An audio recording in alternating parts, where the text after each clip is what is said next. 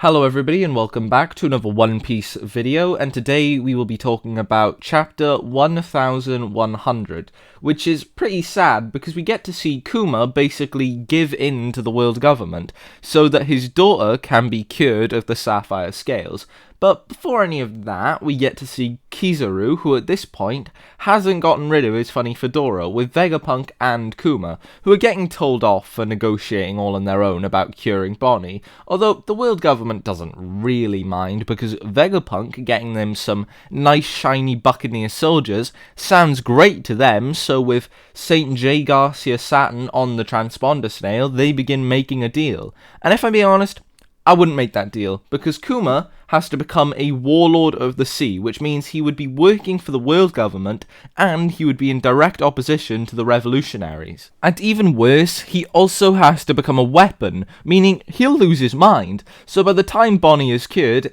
he won't even get to be there for her anymore, which makes this a pretty bad deal. But Kuma is just happy that Bonnie will be cured, so he happily agrees to the unreasonable demand from Saturn, by the way, who told Kuma when he was younger that his race only exists to either be enslaved or killed, so basically just to deal with the devil, because that's what Saturn is. But either way, Kuma agrees and then proceeds to have a pizza party with Vegapunk, Bonnie, Sentomaru, and Kizaru, while they all do the Nika dance, which is just completely unexpected, first of all. Like, who thought that we would get Kizaru doing the Nika dance? Hell, a few months ago, I thought that he might even be a celestial dragon, but turns out now he's just a silly guy taking orders. And secondly, this scene completely explains Bonnie's obsession with pizza, because it's a pizza party and probably one of, if not the best moments of her life, because she's with her dad, being cured and eating pizza, which sounds great to me, but of course this can't last forever as Kuma will eventually lose his mind,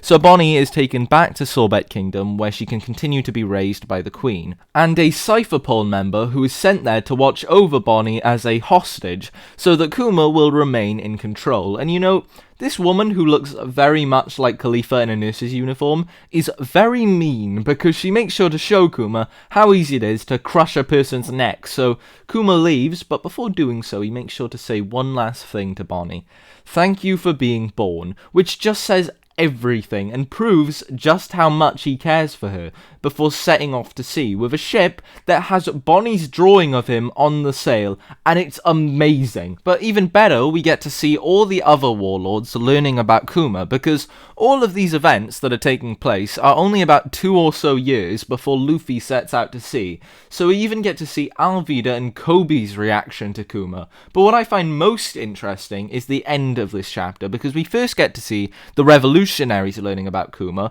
which means they had no knowledge of this, so I can imagine some of them feeling pretty betrayed right about now. But more importantly, we see Kuma going to a certain island with a straw hat wearing boy that is yet to head out to sea. So let's wait to see how that turns out, because as of the moment, I don't have a single clue how that's going to go. But that is the end of the chapter, and it was a very good chapter as usual, because I don't think we've had a flashback that was this close to the beginning of the story before, and I like that, because it allowed us to see stuff like Crocodile in Alabasta, and Kobe with Alvida. So yeah, it was a great chapter, and I don't think I had any real issues with the paneling this chapter either, so no real complaints really. But that is the end of the video as well, so if you did enjoy, please make sure to smash that like button, leave a comment down below, and hit that big red subscribe button, because we are aiming for a total of 500 subs by the end of the year, and as of the moment we have just under a month to go. So with that all said and done, that is all from me, so goodbye to you lovely, lovely people.